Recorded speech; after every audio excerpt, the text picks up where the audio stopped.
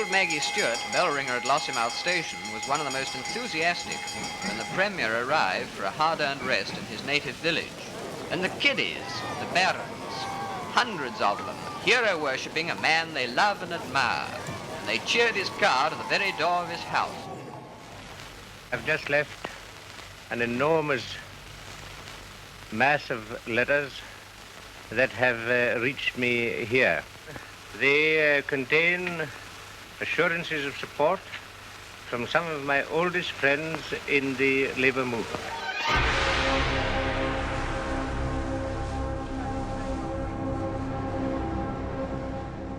As MacDonald drew comfort from correspondence, the British Atlantic Fleet steamed past his Lossiemouth home, bound for their annual exercises at Invergordon. On board ship, the ratings would soon discover that the government had targeted the military for severe wage cuts.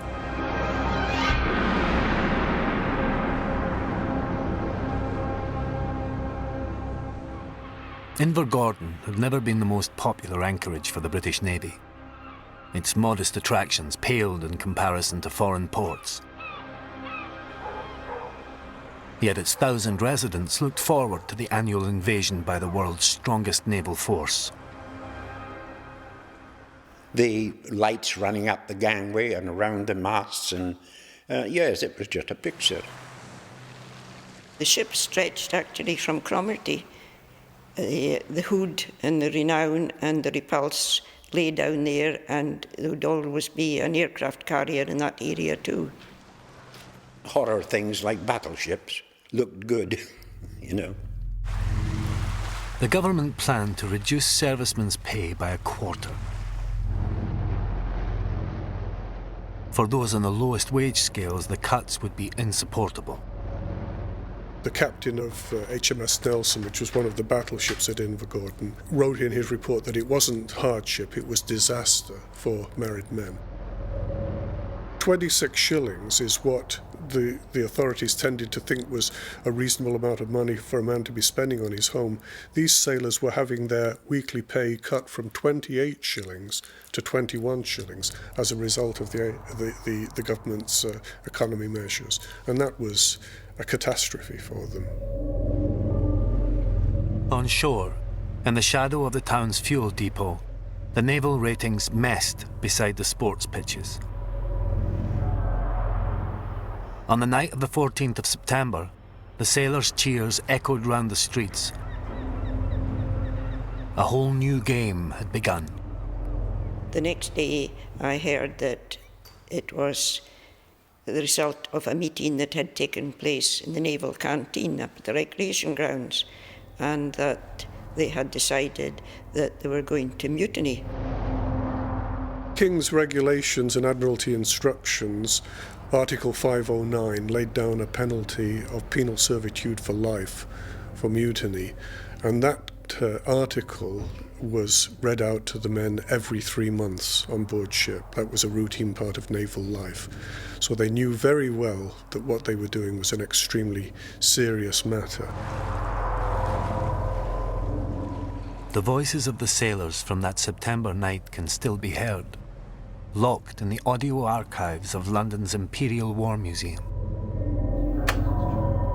Stoker first-class car remembered the revolutionary chorus as the men sailed back to their ships. I used to walk them down the forecastle every night, but now it was exercise sort of thing before I turned in.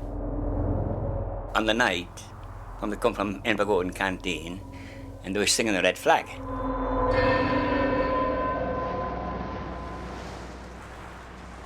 The next morning, the fleet was due to exercise in the Moray Firth. Politely, the ratings declined. They called the hands at, I think it was 5:15. We got up eventually, had a wash and had breakfast, and then the all boys went on the forecastle at 8 o'clock. Jugs of tea were made about 11 o'clock, but the engine room division didn't do a thing other than watchkeepers.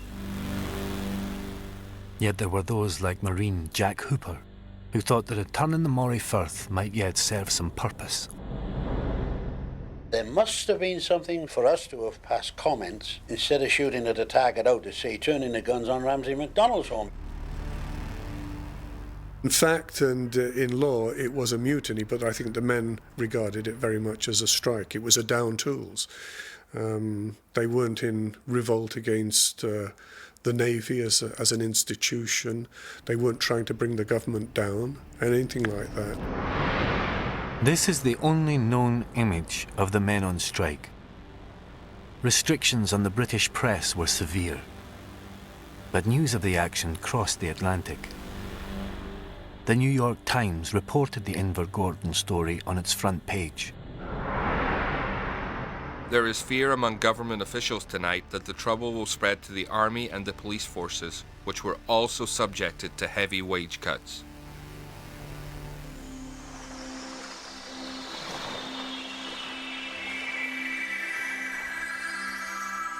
News that its military might was compromised was a major blow to a bankrupt Britain relying on overseas loans. The fleet was ordered back to home ports after less than 2 days of mutiny. The wage cuts were reduced from 25% to 10%. Invergordon was the catalyst that saw Britain finally remove itself from the gold standard to the delight of the country's foremost economist.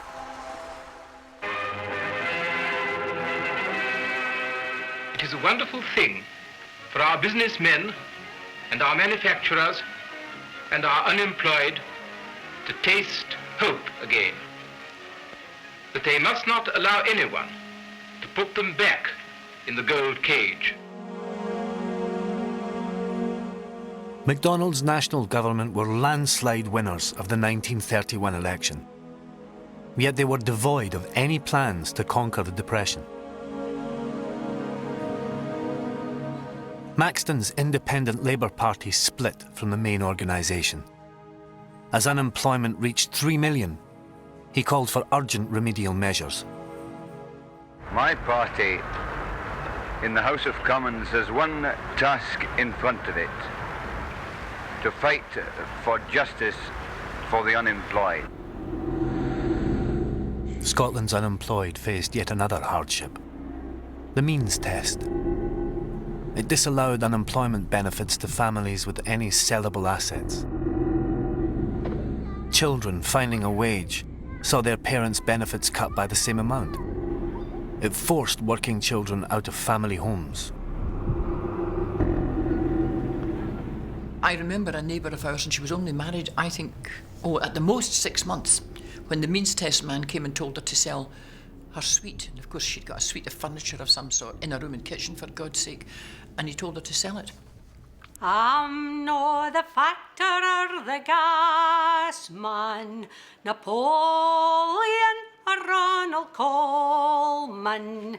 When you hear me rat-a-tat upon your door, have your money in the bank or money in the store. My father, at first, well, he was unemployed, but then when the means test came in,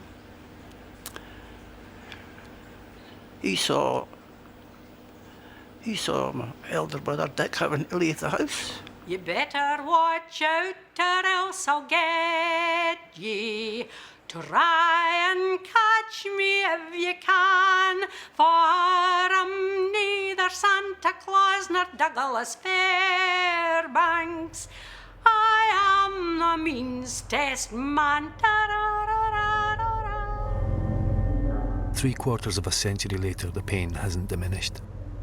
The means test, enforced by a national coalition government with Labour's first Prime Minister at its head, ripped Billy Aitken's family apart. I remember when I was young, people used to say, socialism will break up the family.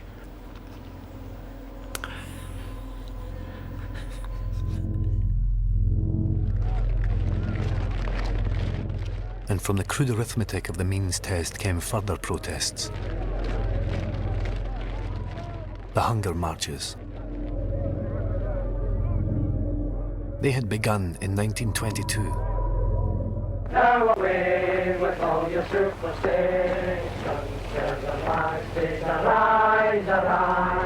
By 1934, backed by Maxton's Independent Labour Party, they were walking from Scotland and all corners of Britain towards London, and an increasingly ineffectual, some said senile, Prime Minister. There was a table at the end of the street, and my mother and people had made sandwiches. They kind of shuffled, and they were so grey, the greyness of their bonnets, the greyness of their face, and they were handed sandwiches from people who, after all, had next to nothing.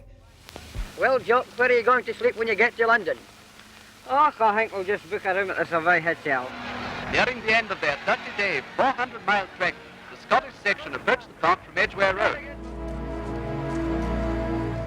Ramsay MacDonald refused to meet the marchers.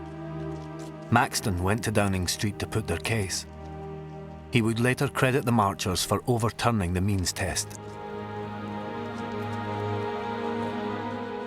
Worsening health forced MacDonald to resign as Prime Minister before the 1935 general election. At his seat in Seaham, he was opposed by the former Red Clydesider, Manny Shinwell. Mr. Ramsay MacDonald putting up a gallant fight at Seaham. And the opposition, Jimmy Maxton, getting a good hand in Glasgow. Maxton had married his researcher, Madeline Glacier, in a low-key ceremony in March 1935. By the election of November that year, he was a certainty to hold his seat. Not so MacDonald. Shinwell doubled the votes of the former Prime Minister. MacDonald kept his place in Parliament through the anomaly of a Scottish university seat, but his career was over. The rhetoric, once charismatic, was now catastrophic. One day when Ramsay was answering a question and he made a peculiarly bumbling effort. I'd never heard him quite so bad ever before. And Jimmy Maxton stood up and said, "Sit down, man, you're a bloody tragedy." You could have heard not just a pin drop, you could have heard a feather move.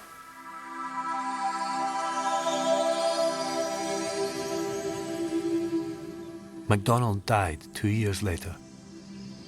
As the first ever Labour Prime Minister, he would live in the notoriety of joining forces with a Tory opposition.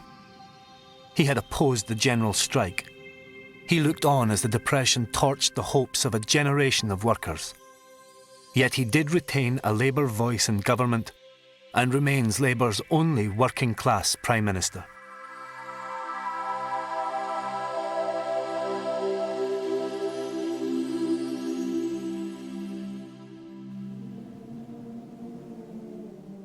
Maxton would outlive him by a decade. His career floundered as he called on the workers of Europe to abandon the Second World War. He never achieved a cabinet post. No bill bears his name. Nye Bevan described him as pure but impotent.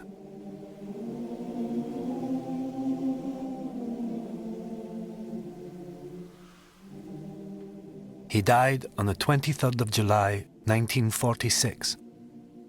Maxton had been rebuked on his maiden speech for a breach of parliamentary etiquette. Now, a quarter of a century later, Winston Churchill wrote to his wife Madeline calling him the greatest gentleman in the House of Commons. Maxton and the Clydesiders thought they were going to tame the House of Commons. In the end, the House of Commons tamed them. The Labour Party Maxton had grown to distrust had regained the confidence of the British people. In the post-war elections of 1945, Labour won with a majority of 145. Clement Attlee's government promised the range of work and social reform that Maxton had long campaigned for. Now all that remained was to achieve them.